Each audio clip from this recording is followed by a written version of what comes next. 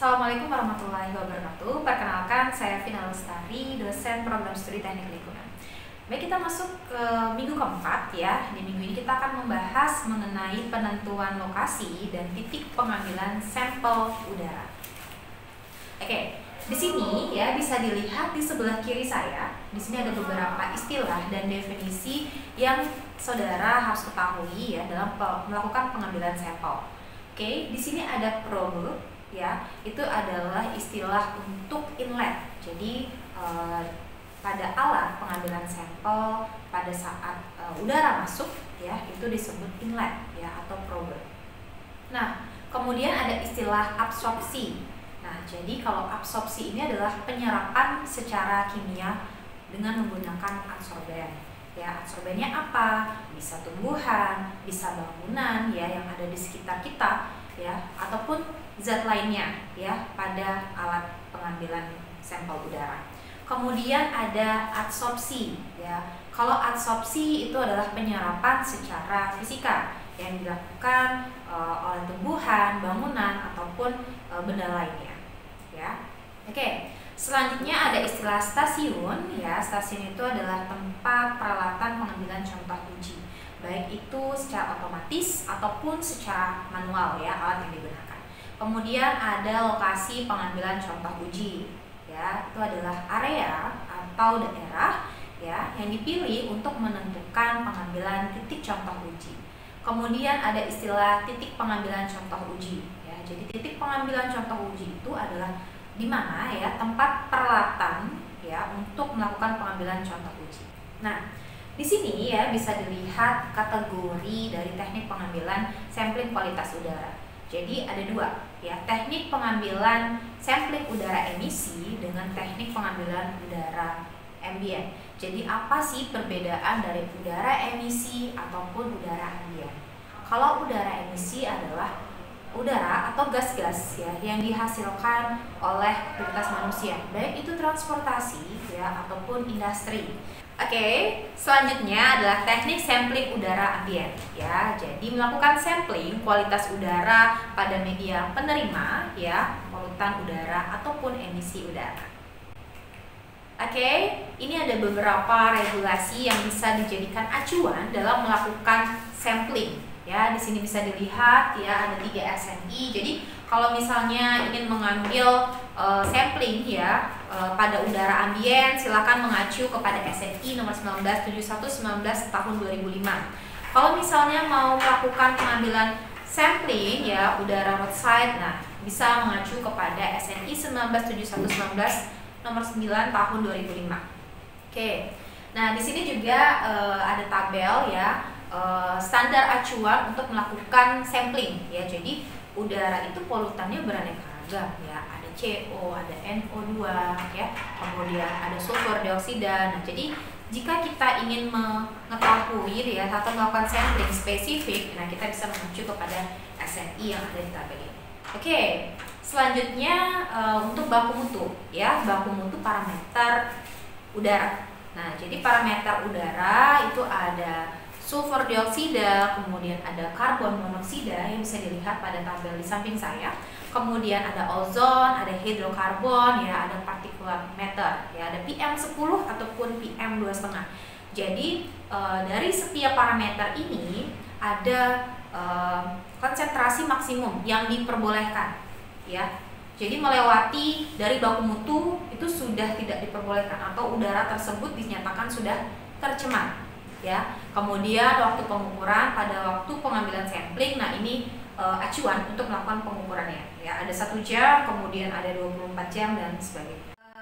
Berdasarkan Kepmen LH nomor 5 tahun 2006 ya, di sini untuk pengukuran kendaraan ya, jadi kalau untuk kendaraan biasanya diukur langsung pada knalpot kendaraan ya. Nah, ini bisa dilihat untuk kategori kendaraan kategori M, N, O bisa dilihat pada tabel di bawah ini. Kemudian untuk kategori L bisa dilihat pada tabel yang ada di atasnya. Oke, jadi cara penentuan lokasi sampling. Jadi pada prinsipnya ya dalam melakukan sampling udara itu data yang kita dapat itu harus mewakili populasi yang ada. Jadi lokasi yang kita pilih nantinya itu harus benar-benar mewakili kondisi pada saat di lingkungan tersebut. Nah, ini ada beberapa kriteria penentuan lokasi pemantauan kualitas udara ambien. Nah, pertama ya, area dengan konsentrasi pencemar tinggi.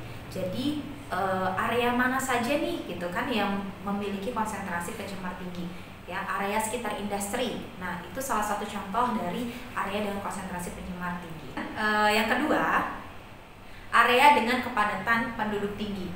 Ya, jadi pada jumlah penduduk yang tinggi ya pada daerah pemukiman, nah itu bisa ya menjadi tempat lokasi dengan pencemar tinggi. Kenapa? Karena banyak masyarakat ya di Indonesia yang saat ini masih melakukan pembakaran sampah ya. Pembakaran sampah itu masih sampai saat ini tuh menyebabkan pencemaran udara juga.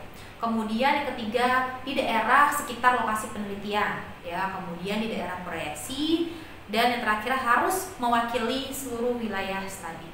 Nah, ini beberapa faktor ya yang harus dipertimbangkan dalam melakukan pemilihan lokasi. Pertama adalah faktor meteorologi, kemudian faktor geografi, dan tata guna lahan. Nah, untuk faktor meteorologi ya, itu ada arah angin ya, jadi arah angin kemana dominan, nah itu harus kita ketahui. Kemudian kecepatan angin ya, kecepatan angin juga mempengaruhi dispersi dari si polutan. Kemudian suhu udara. Jadi kalau suhu udara yang tinggi, nah maka tingkat dispersinya semakin besar. Tapi kalau suhu udaranya rendah, ya maka tingkat dispersinya akan rendah. Kemudian kelembapan. Oke, di sini kita bisa melihat persyaratan dalam pemilihan lokasi pengambilan contoh uji. Nah, pertama kita harus menghindari lokasi yang dapat merubah konsentrasi dari polutan yang ada di udara karena adanya proses absorpsi ataupun adsorpsi. Nah, seperti yang saya sudah jelaskan tadi bahwa proses absorpsi ya ataupun adsorpsi yang terjadi itu bisa disebabkan karena gedung-gedung ya, gedung-gedung yang ada di lokasi studi kita. Kemudian pepohonan. Jadi pada saat kita melakukan pengambilan sampel atau peletakan titik atau peletakan alat, ya, nah kita harus memperhatikan bangunan yang ada di sekitarnya. Kemudian kita harus memperhatikan pepohonan yang ada di sekitar lokasi atau titik pengambilan sampel kita. Nah, yang kedua, menghindari pengganggu kimia ya terhadap bahan pencemar yang ada yang akan kita ukur. Nah, ini maksudnya apa gitu ya? Nah, kita harus memperhatikan ya sumber pencemar kimia lain gitu.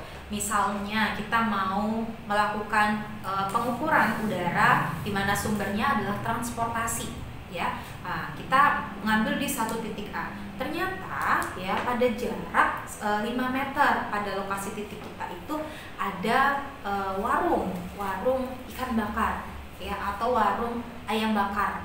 Nah, pada proses pembakaran di sana, nah itu akan menyebabkan polusi juga. Nah, polusi itu akan menyumbang ya polutan yang ada di wilayah studi kita. Jadi itu bisa mengganggu ya proses kita dalam melakukan pengambilan sampel. Jadi tidak hanya bersumber dari transportasi saja, tapi juga aktivitas manusia lainnya. Kemudian yang ketiga adalah menghindari lokasi di mana terjadi pengganggu fisika ya yang dapat menghasilkan suatu hasil yang reaksi lainnya seperti debu ya.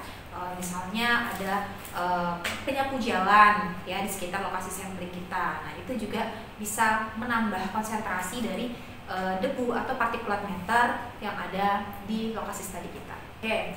Kemudian ya meletakkan peralatan uji dengan gedung atau bangunan yang rendah dan harus saling berjauhan.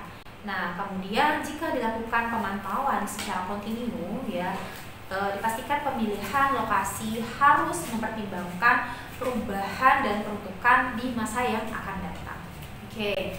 Nah, selanjutnya ini adalah penentuan lokasi dan titik pengambilan sampel pada emisi cerobong industri. Ya, jadi kita mau mengambil atau menguji kualitas dari emisi yang dihasilkan oleh cerobong industri. Ini ada beberapa yang perlu kita perhatikan. Ya, pertama kita harus memperhatikan tangga besi dan seluruh APD yang kita gunakan aman. Ya, kita harus menggunakan APD agar analisnya itu tetap aman atau tetap safety.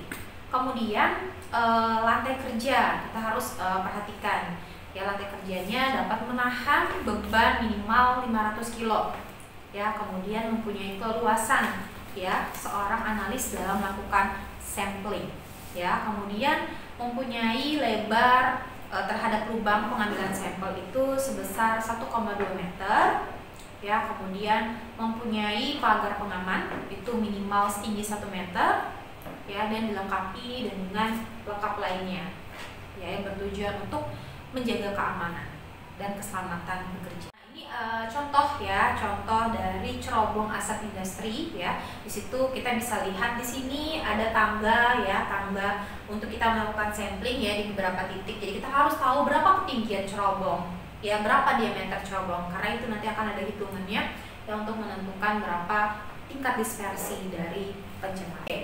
Ya, di sini juga kita bisa lihat contoh sumber pencemar udara dari genset dan insenerator. Nah, bisa dilihat di sini ini salah satu contoh ya dalam melakukan sampling udara ambien. Jadi hal yang perlu diperhatikan dalam penentuan titik ya, kalau bisa di lapangan saja gitu ya. Jadi terhindar dari pepohonan, gedung-gedung dan lainnya. Jadi memang benar-benar bisa mewakili wilayah studi kita. Oke, ini juga bisa dilihat ya contoh-contohnya dalam melakukan pengambilan sampling udara. Oke, materi saya untuk minggu ini sekian, itu dulu ya. Nanti kita akan lanjutkan di pertemuan selanjutnya. Sekian, terima kasih. Assalamualaikum warahmatullahi wabarakatuh.